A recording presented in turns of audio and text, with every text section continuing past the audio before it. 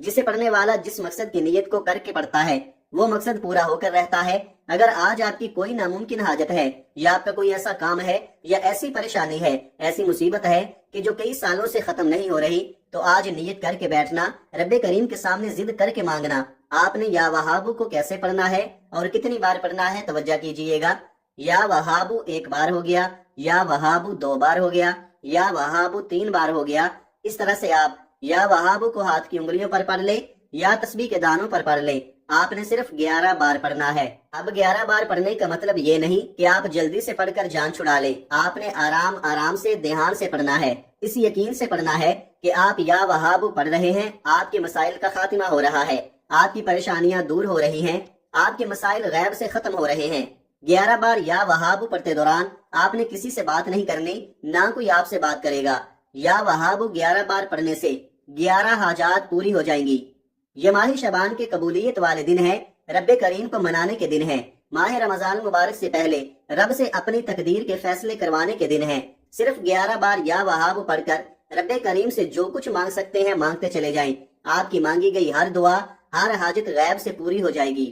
یا وہابو کو 11 بار پڑھنے کے بعد فوری طور پر اب آپ نے دوسرے نمبر پر جو کام کرنا ہے، جو وظیفہ پڑھنا ہے، وہ وظیفہ ایک قرآن سورت کا وظیفہ ہے، جسے دولت کا خزانہ کہا جاتا ہے، جسے کامیابی کا راز کہا جاتا ہے، جسے پڑھنے والا کبھی کسی کا محتاج نہیں رہتا۔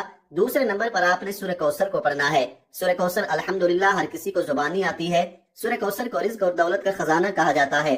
سورہ کوثر جس گھر میں پڑھی جاتی ہے اس گھر میں رزق اور دولت کا سیلاب آ جاتا ہے۔ جس گھر میں پڑھی جاتی ہے اس گھر سے نحوستیں، بے برکتیاں، بے سکونی کا خاتمہ ہو جاتا ہے۔ جس دکان پر پڑھی جاتی ہے اس دکان پر گاہکوں کا رش لگ جاتا ہے۔ جس مقصد کے لیے پڑھی جاتی ہے اس مقصد کی تمام رکاوٹیں، پریشانیاں غیب سے حل ہو جاتی ہیں۔ سورہ کوثر بے اولادی کے لیے بہترین صورت ہے، بے روزگاری کے لیے بہترین صورت ہے، قرض سے نجات کے لیے بہترین صورت ہے۔ سورہ کوثر کی تلاوت سماعت فرما لیں۔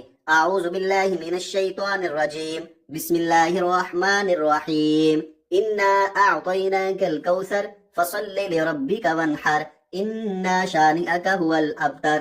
آپ سورہ کوثر کو ہاتھوں کی انگلیوں پر پڑھ لیں، آپ تسبیح کے دانوں پر پڑھ لیں۔ آپ نے صرف 10 بار پڑھنی ہے۔ آپ جتنا خوبصورتی سے پڑھ سکتے ہیں، جتنی محبت اور عقیدت کے ساتھ پڑھ سکتے ہیں، جتنے یقین کامل سے پڑھ سکتے ہیں، پڑھیے گا۔ آپ تو کیا، آپ کے گھر کا بچہ ماہ رمضان سے پہلے دولت مند بن جائے گا، آپ کی نسلیں آباد ہو جائیں گی، آپ ہر پریشانی سے نجات پا لیں گے۔ یہ عمل آپ نے بتائے گئے طریقے سے پڑھنا ہے۔ پہلے نمبر پر 11 بار یا وہابو پڑھنا ہے اور دوسرے نمبر پر 10 بار سورہ کوثر پڑھنی ہے۔ یاد رکھیے گا کہ اس دوران آپ نے اپنے مقصد کو ذہن میں رکھتے ہوئے پڑھنا ہے، کیونکہ اعمال کا دار و مدار نیتوں پر ہے۔ آج جس مقصد کو لے کر بیٹھیں گے، یہ عمل، یہ وظیفہ پڑھتے دوران ہی وہ عمل، وہ مقصد پورا ہو جائے گا۔ اگر آپ کھلی آنکھوں سے رب کے کمالات کو، رب کے معجزات کو دیکھنا چاہتے ہیں تو ماہ رمضان المبارک سے پہلے یا وہابو اور سورہ کوثر کو پڑھنے کے بعد تیسرے نمبر پر یہ وظیفہ لازمی پڑھیے گا، جس کے بغیر یہ عمل نامکمل ہے۔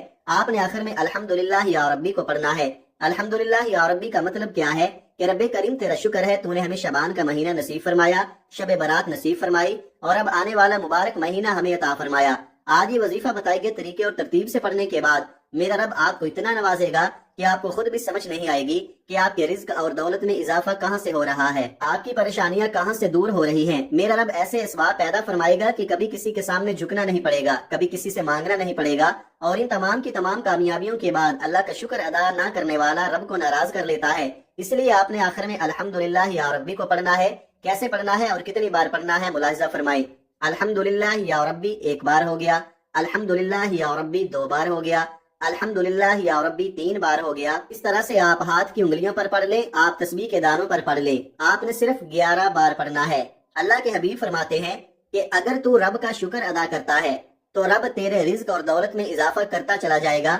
تو چاہتا ہے کہ تیرے رزق میں کمی ہو جائے، تو نہ شکری کر، راتوں رات غربت کا شکار ہو جائے گا۔ اس لیے اگر آپ اپنے مال میں، جان میں برکتیں، وسعت، سلامتی چاہتے ہیں تو زیادہ سے زیادہ رب کریم کا شکر ادا کیا کریں۔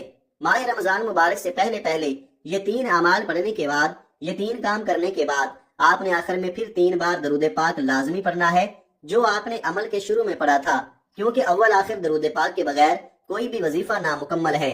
درود پاک پڑھنے کے بعد عمل مکمل ہو چکا، اب دونوں ہاتھ جوڑ کر اپنے گناہوں کی سچی توبہ کریں۔ جب تک دل کو سکون نہ ملے، بار بار اپنے گناہوں کی سچی توبہ کرتے رہیں۔ ہر انسان اپنے گناہوں کو جانتا ہے۔ بعض اوقات انسان گناہوں کی پکڑ کی وجہ سے کسی بھی پریشانی کا شکار ہو جاتا ہے، تو میرے بھائیوں، اللہ کی پکڑ سے بچنے کے لیے، اللہ کی ناراضگی سے بچنے کے لیے آپ ایک کام روزانہ کیا کریں کہ آپ روزانہ کم از کم ایک تسبیح استغفر اللہ کی لازمی پڑھ لیا کریں۔ سچی توبہ کے بعد ضد کر کے رب کریم سے مانگے اور بچوں کی طرح ضد کر کے مانگے۔ میرا رب 70 ماؤں سے زیادہ پیار کرتا ہے، وہ آپ کی تمام حاجات کو پورا فرما کر کامیابی آپ کے مقدر میں لکھ دے گا انشاءاللہ۔